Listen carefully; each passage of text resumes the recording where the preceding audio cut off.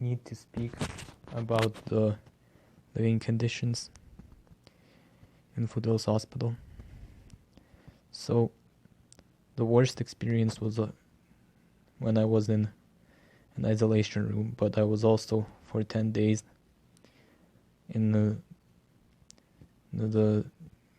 a different part of the psychiatric unit, which is not isolation.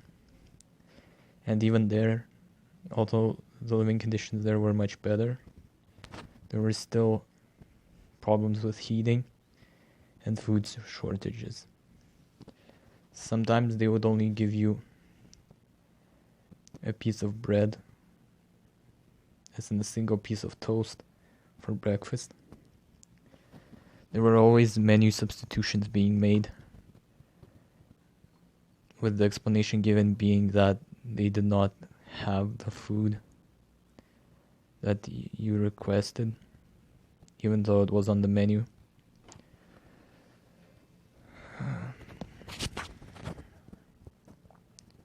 It was also very cold at night,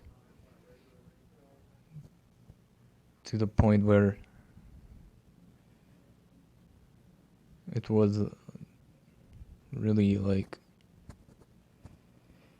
it was really uncomfortable.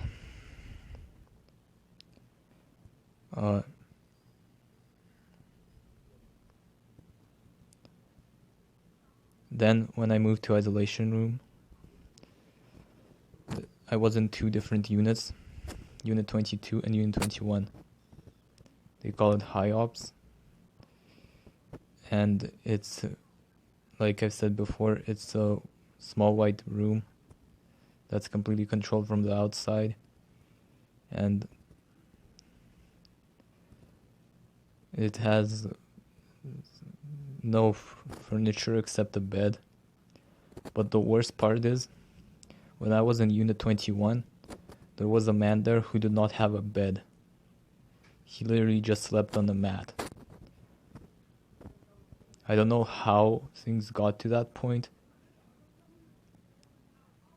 He wasn't very good at English and spoke French all the time, so it's possible that they discriminated against him for that reason. Or maybe there is some other reason. But regardless, it is unacceptable for someone to not have a bed to sleep on. Also,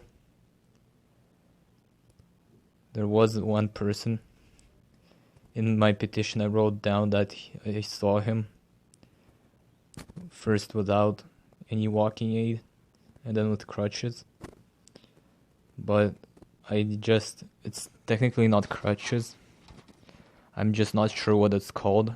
It's like a walking aid with wheels. Not a wheelchair, but like one that you put in front of you. I really hope that was just my misunderstanding and that they did not actually cause physical harm to this person. But it's the same guy that was screaming for them to let them see his lawyer.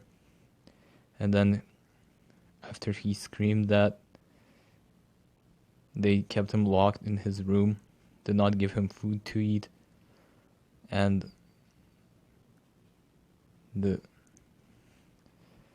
ended up restraining him and doing something which caused him, I couldn't see because I was in my own room, but they did something that caused him to stop talking. I don't know if they gagged him or sedated him. The way that they don't let people go to the bathroom is really disgusting. And they have this attitude about it. I heard a nurse say that if you piss on the floor, you live on the floor.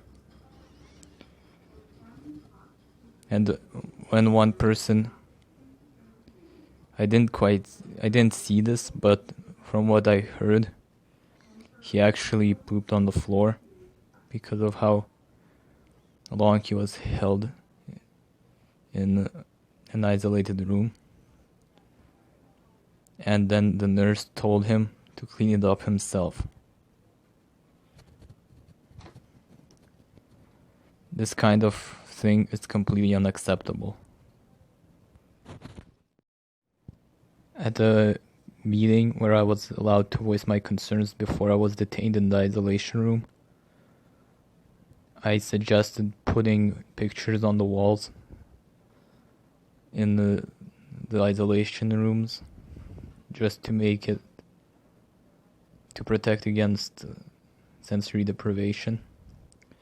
And they actually did that for a few days and then took them back down. They should have just kept them. But I think even if you do that, it does not fully resolve the issue. The better solution is to just end isolation rooms overall.